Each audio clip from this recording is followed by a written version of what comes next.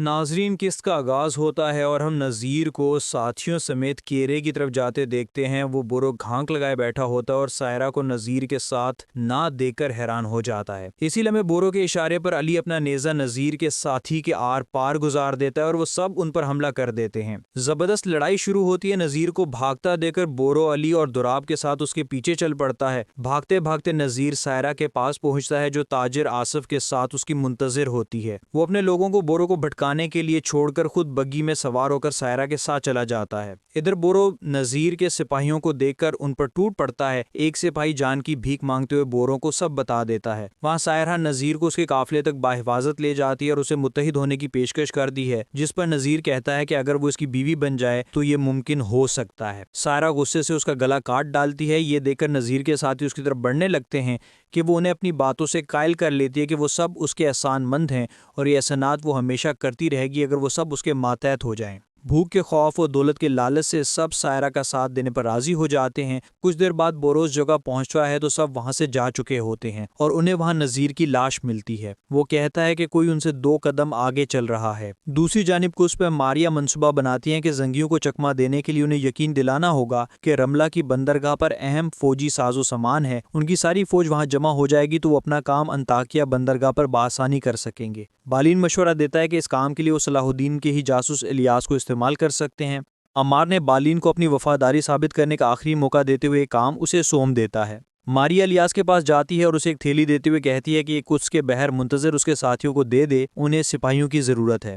الیاس تھیلی کھول کر دیکھتا ہے تو اس میں مٹی ہوتی ہے۔ قاہرہ میں قاضی فاضل شمسہ کا خواب سننے کے بعد اسے خوشخبری دیتے ہیں کہ وہ جلد ہی اسلام سے فیض یاب ہوگی اور اسے قرآن تھما دیتے ہیں، جس پر وہ مسکرانے لگتی ہے۔ ادھر صلاح الدین خلیفہ کی طبیعت کا پوچھنے کے لیے محل جاتے ہیں۔ رضا انہیں کہتا ہے کہ زہر دینے والے ہی حال پوچھنے آئے ہیں، جس پر صلاح الدین اسے خبردار کرتے ہیں کہ شمسہ پر دوبارہ بہتان لگانے کی صورت میں وہ برے انجام سے دوچار ہوگا، اور یہ کہہ کر واپس پلٹ جاتی ہے۔ ایک منظر میں لطیف صلاح الدین کے پاس آتا ہے اور انہیں خبر دیتا ہے کہ پرنس پولڈن کو جسام کا مرض ہے اور سب اس سے لا علم ہیں۔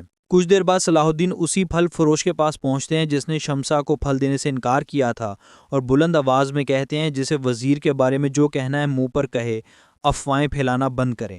اس پر نذیر کا آدمی آگے بڑھتا ہے اور کہتا ہے کہ دھواں وہیں سے اٹھتا ہے جہاں آگ ہو، اگر شمسہ اور ان کے درمیان کچھ نہیں ہے تو وضاحت دے، جس پر صلاح الدین اس کا گلا کاٹ کر اسے باقیوں کے لیے عبرت کا نشان بنا دیتے ہیں۔ بورو صلاح الدین کو نذیر کی موت کی خبر دیتا ہے اور ان کو سائرہ پر شک ہونے لگتا ہے۔ جب بورو بتاتا ہے کہ وہ قاہرہ آئی تھی اور اپنے باپ کے ٹھکانے پر بورو نے اسے دیکھا، اتنے میں الیاس داخل ہوتا ہے اور ماریا کی دی ہوئی معلومات ان تک پہنچا دیتا ہے۔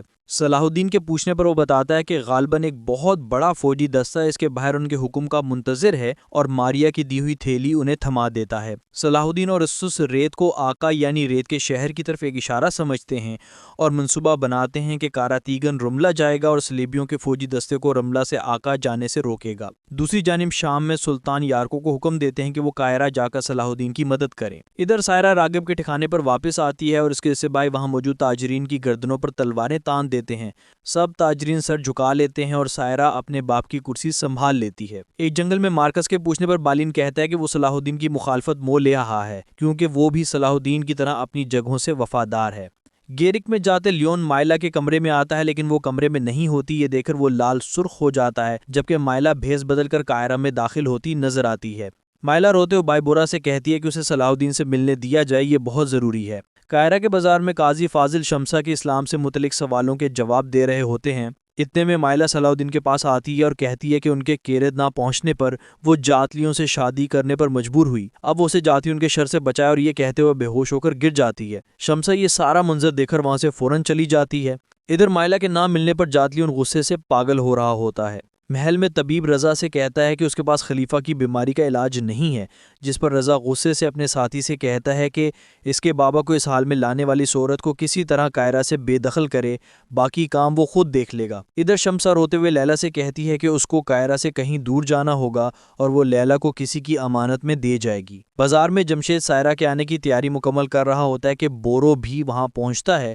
بورو کے پوچھنے پر سائرہ کہتی ہے کہ وہ اپنے بات کی تجارت سنبھالنے قاہرہ واپس آئی ہے۔ بورو سے پوچھتا ہے کہ کیا نذیر کو اس نے مارا ہے، جس پر وہ کہتی ہے کہ اس کے راستے کے ہر کانٹے کا انجام یہی ہوگا۔